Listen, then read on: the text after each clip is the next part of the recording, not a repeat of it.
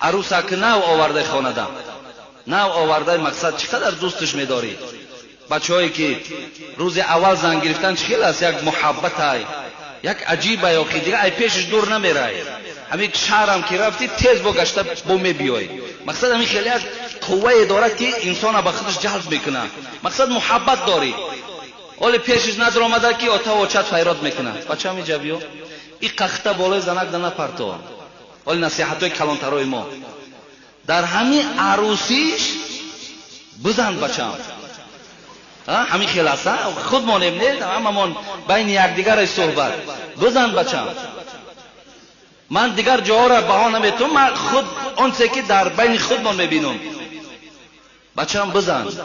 عروسا در عروسیش گفتن بزن علاوه چشمش بگی نه او چشمانه نه آتش مانه نه اولادش مانه او سیاست شنان که عاقبت بچه هم خار میشه.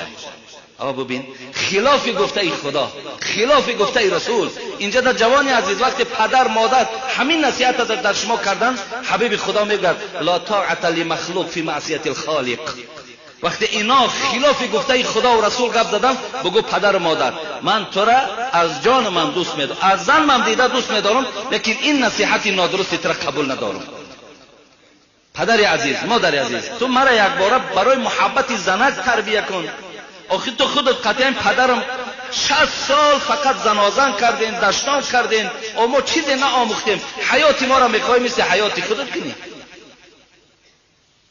برادر عزیز و گرامی، آخر این حیات ما واری حیات شیرین باید نباشد. همه رسم و همه سنت های رسول ما را دنیای غرب گرفته است. ما در فقط و فقط همون اخلاقی پسترین و سخنهای نادرست در بین ما گذاشتن. ما همین روزی در روز ببین کدامی تو در یک هفته جنگ نداری، حتمی در یک هفته جنگ داری، دشتام داری، قهری داری، زنازن داری. برای چی؟ سببش در چی است؟ زیرا که ما لقد کان لکم فی رسول الله اسوه حسنه را در بالا که تا که دروازه ما شعار نکردیم. ما را خدا گفت که این حیات پیغمبر، زندگی پیغمبر، یک کتابچه که امروز خدا را شکر فروخته می شود، یک تکش خودت بخوانه، یک تکش زنت بخوانه. شما زندگی نامه پیغمبری خدا را برای خود دستور حیاتتون قرار دهیم. کنی بینید در حیات شما چه شیرینی ها، چه خوشبختی ها پیدا می شود. این است دادری عزیز.